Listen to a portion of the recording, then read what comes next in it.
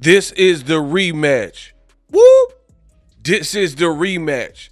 Whoop.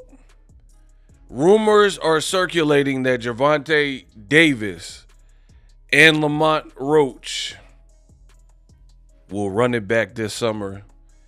Targeted date is June. So in this video, I'm going to break down my thoughts, give you guys my impressions, and the whole 9 yards.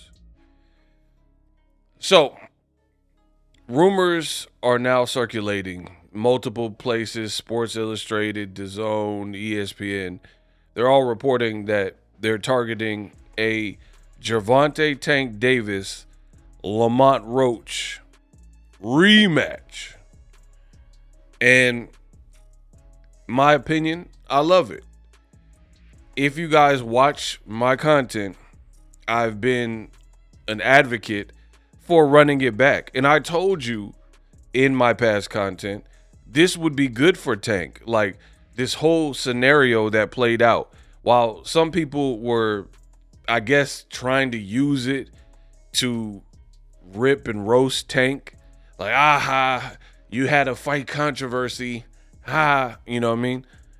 It was, to me, it was good for Tank because Tank was kind of running out of available options for meaningful fights that look realistic in the here and now, right? He tried to fight Lomachenko. Loma said he didn't want to fight, so that fell out the window in 2024. Maybe it can be revisited. Rayo just lost to Gary Antoine Russell. I was looking at Rayo as a possible Tank foe. We do know that Team Tank reached out to Team Rayo at a point. So fast forward to the future. Shakur is doing deals with Turkey and Eddie Hearn. Seems like an obstacle. Tank says Eddie Hearn's a snake in a suit, and he doesn't seem to jive well with Turkey. Like he's like, this picture looks like a cult. It looked weird. And he's taking shots at the whole movement. You know what I mean? The whole Saudi stuff.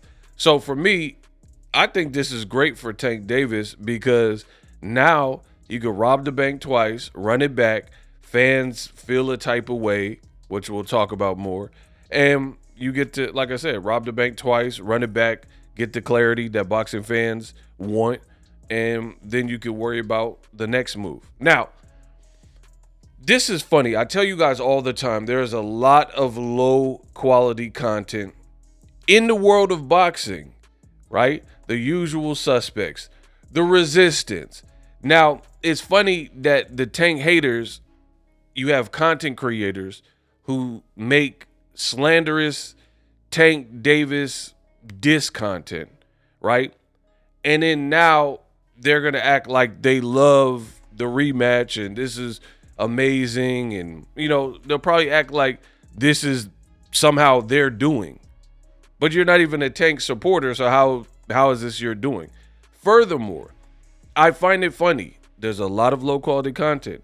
Poor audio, cheap thumbnails, bad visuals, etc. You got to pay attention to what is being said. The Tank hater that put out content on YouTube, TikTok, wherever, Twitter, Facebook, you have to pay attention because I tell you, these people are reptilians, shapeshifters. So they morph into whatever fits the narrative at that given moment, right? So go from Tank slander to somehow Tank fighting Roach, you know, they'll probably act like they discovered it or like they told you about it, right? But here's the thing. I distinctly remember there were a lot of fans and content creators who, when Tank immediately did the post-fight press conference after the Lamont Roach fight, he said some things that people kind of overreacted to. Not me, though. Tank on the podium said that the Lamont Roach rematch probably won't be next because basically he has something else that was already kind of scheduled. People speculated that this is a Jake Paul fight. People speculate that he has some kind of Loma fight or whoever, right? And you had the same Tank haters who drove this point home saying, look, Tank's off of a controversy. He's about to fight Jake Paul, or he's going to fight this mystery fight. Look, he even said at the post-fight press conference that he's not interested in the Lamont Roach fight, won't be in 2025. This is what they said. Now people are going to try to take credit when Tank is doing the right thing, which is to perhaps run it back. Now, for me, you never seen one video about me saying, oh, Tank said this, and trying to make it into some big deal or clickbait, because boxing, you got to work things out, right? And there probably was an initial play to go a different direction, but after the fight, after the whole kneeling, taking the knee, the powers that be are probably going to look at it, and Tank himself as a fighter probably looking at this like, no, let's just run it back, clear the air, then we can have a clear runway to fight whoever, and let's just clean this up. So for me, my mentality has always been the same. I said run it back. However, if he did have a fight that was already kind of established before the Roach, I wouldn't have been mad if Tank went that direction, if it was something done. However, for Tank's sake, I think it is better to just clean this up. You don't want Lamont Roach to fight somebody else and lose steam.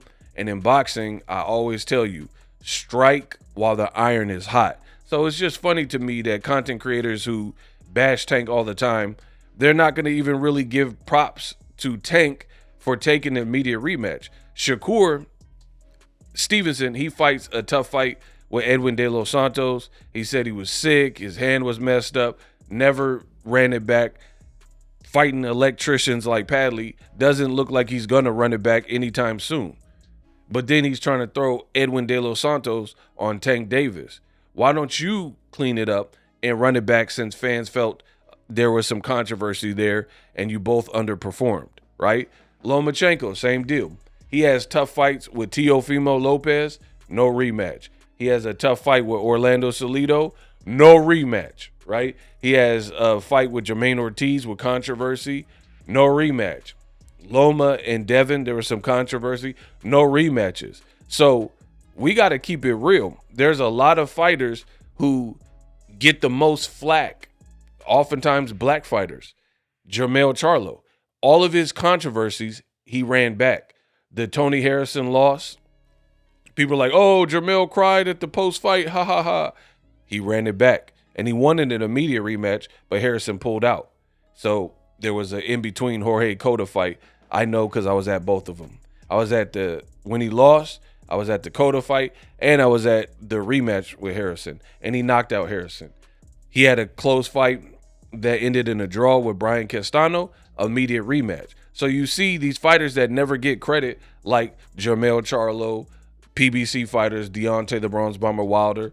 He's pushing for Tyson Fury. Tank's pushing to clear the air and clean this up. But then you got old media darlings and favorites, and like Lomachenko and Tyson Fury. Tyson Fury doesn't have to immediately rematch Wilder. He could fight Tom Schwarzenegger and